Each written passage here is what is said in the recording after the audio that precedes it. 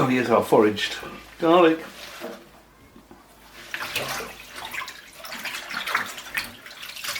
Good wash.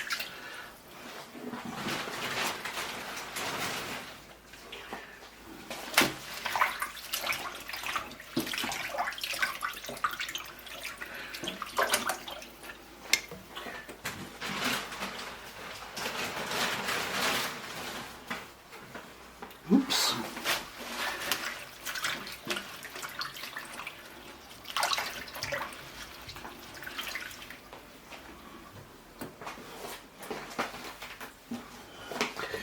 And this is a final sanity check to make sure each leaf is indeed garlic. That's a, it's all there, just up there. That's just a little bit of petal from the garlic flower.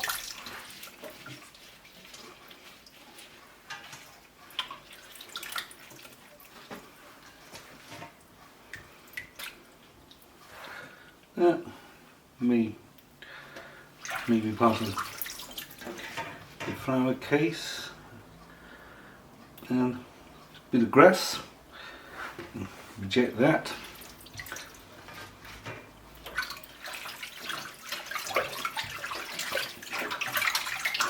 I think that's going to be plenty for our needs tonight.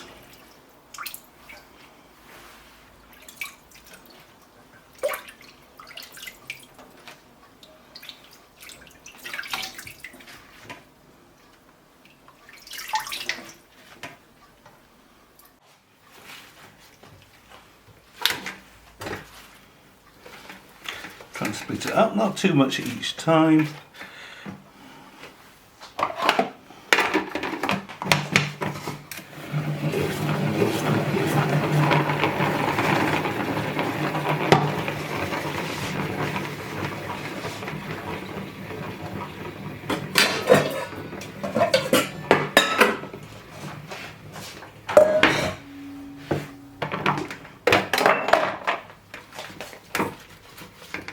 Nice and dry, a lot drier.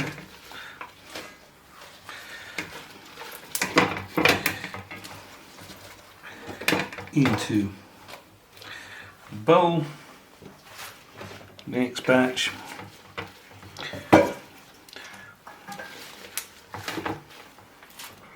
Might be enough of what we want after 2 batches.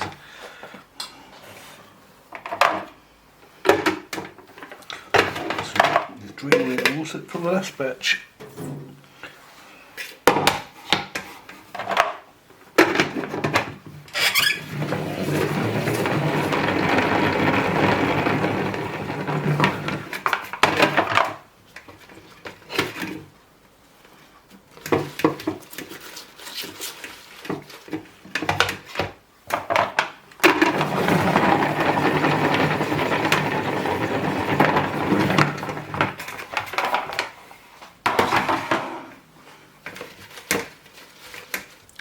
I should stay there, out of the way over there. Now, to make garlic butter is this wild garlic butter, because it's something that I do use all the time through the year. So I'm making 750 grams of it. So first of all, get one of my just sharpen this out of the way. Not sharpen, take the burr off. Sharpening is sort of different. And first, I'm only after the leaves.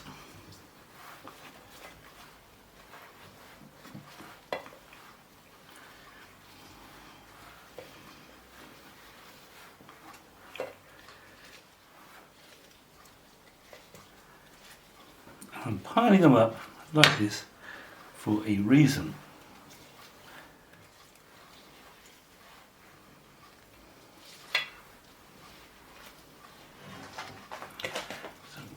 Roll them up like that.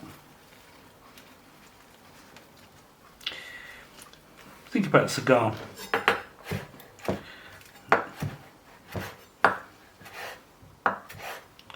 Not quite working at the end there.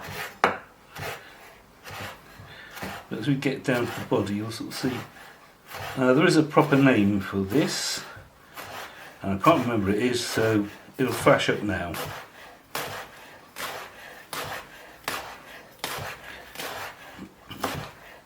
So what we're getting is not chopped up or minced wild garlic that a lot of people like. I've seen other recipes, but we're getting, you know, hopefully long strands, and they should take the mixing, because recently I took some garlic which I just literally just backpacked and froze, no blanching.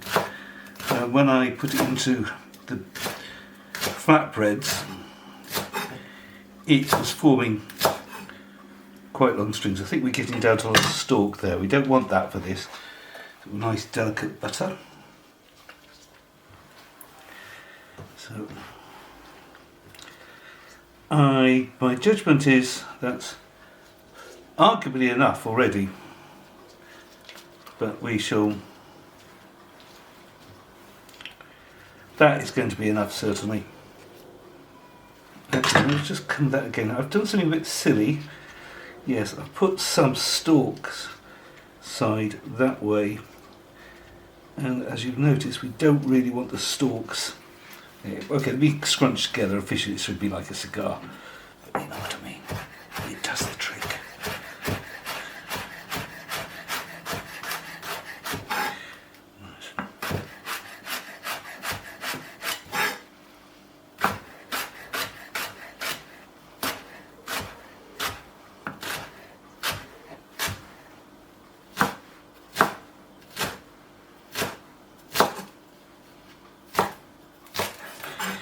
I think that is probably a nice. Could we do a little bit more? Because I certainly don't want to undersell it. A little bit more. Because when it comes to food, I don't do subtle.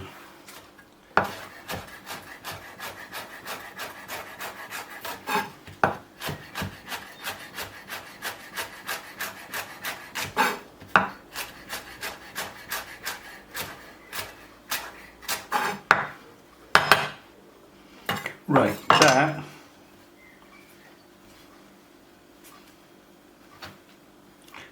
that's lovely.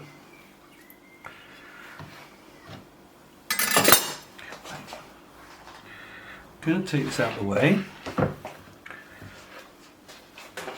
Yay! The stand mixer, which is a bowl full of things that are part of the stand mixer. So that's where that got to. People help tidying up, but they just sort of think, oh, things that I use, it's complicated, I'll just put it all together. Right, but actually I think it's the first time I've seen all three stand mixer attachments in the bowl. It's just that some other things got in. So now we're going to grab some butter. It's a lovely spring day, so I put the butter outside when I bought it back from a certain German supermarket. Now, question, do I need to chop it up? Will the mixer do that for me? I think we need to chop it a bit.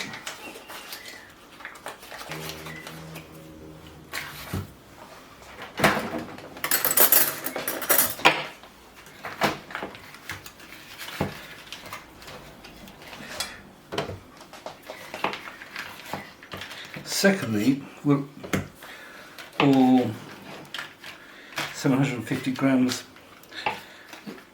Actually, this stand mixer should cope with it because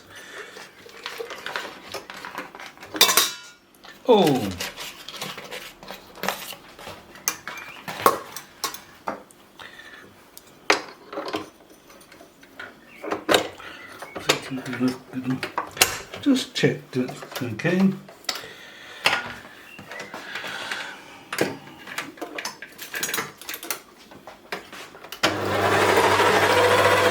Yeah, I think that's really low. I was cutting away a bit. Definitely.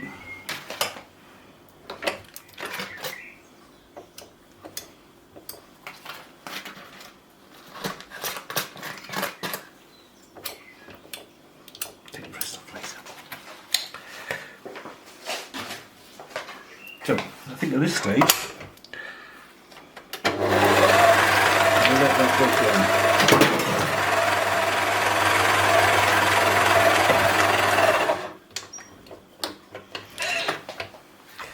So apart from the, use a spoon rather than a knife now, apart from where it's just obviously clinging onto the blades, we'll mix a bit, attachment.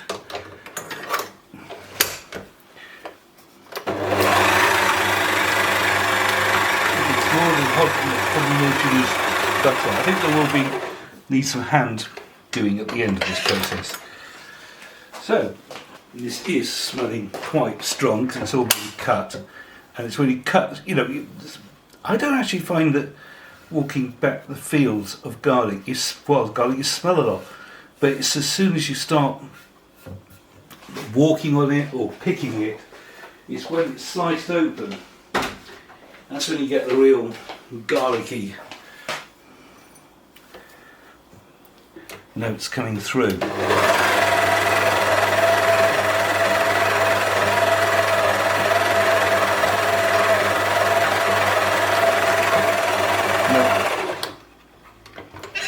I want to do most of the mixing next.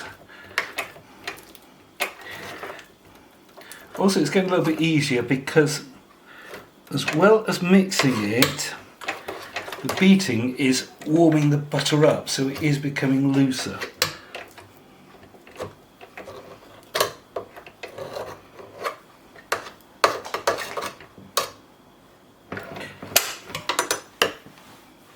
This is unsalted butter, by the way.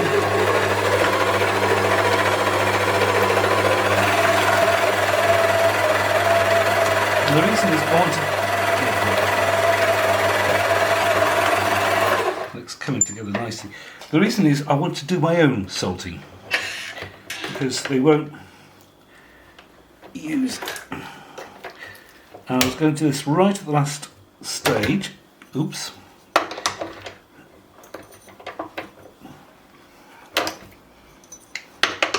That's what I'm doing. I'm putting pressure in the wrong direction, so it's see how this, I mentioned earlier, the string is quite stringy. This is good. Right, I think we're about ready to add a bit of salt.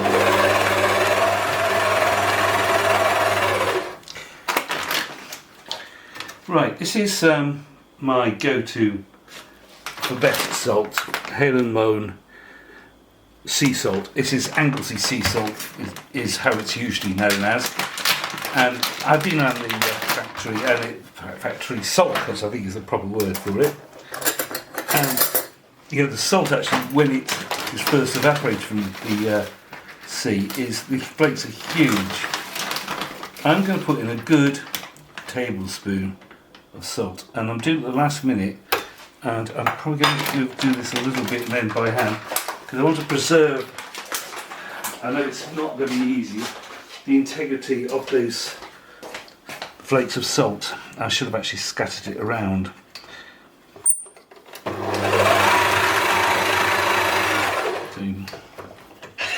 And does it by immediately turning the thing up to 11. Let's just take this through.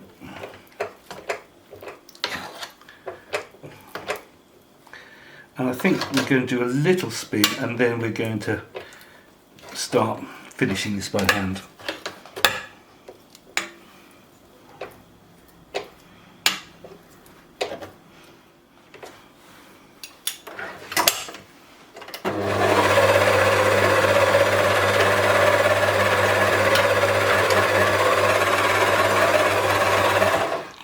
That is it. That's as much as I want to do with the machine.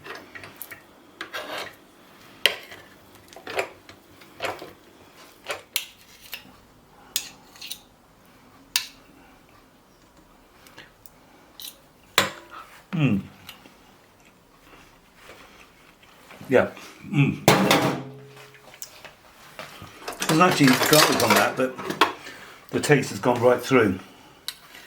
So I think you've got to get more of a grown-up spoon. Ooh.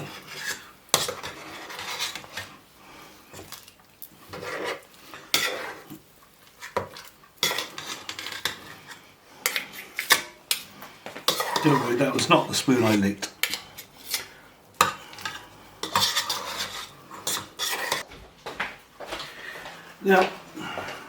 Now we're going to put it into a sausage shape and freeze it. I had to break off there because my wife called and I was ordered to make an emergency salad. Now, every time in the past I've done this stage in cling film, but what I find is I freeze it and then I saw it off. It goes into a sausage, I saw it off. But the cling film sometimes tends to get a little bit intertwined with the butter and it gets quite tricky to pick the butter out.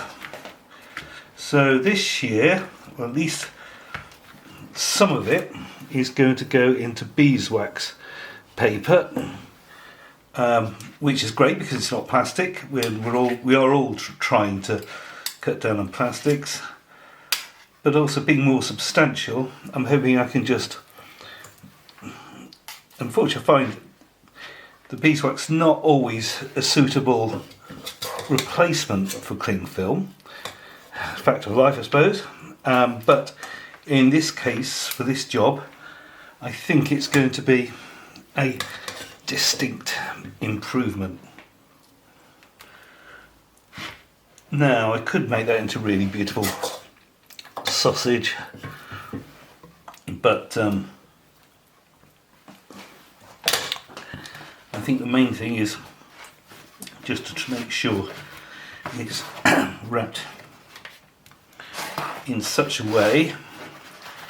I'm going to use this to mould it a bit. Oh, that's actually working really well.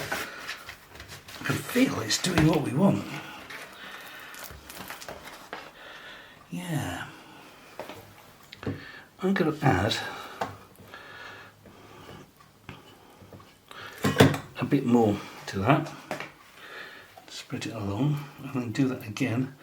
And that is our log of wild garlic, Halen mown, Anglesey, sea salted butter. Later on I'll show you one of the main recipes I use it in. Moment. Also, yeah, how is it going? Hopefully we'll be able to unwrap it while this is frozen and rewrap it. Good point. Well, actually, look at that, really. You know, put maybe just a elastic band around that. Actually, that has ended up a lot better than I even hoped. Not bad.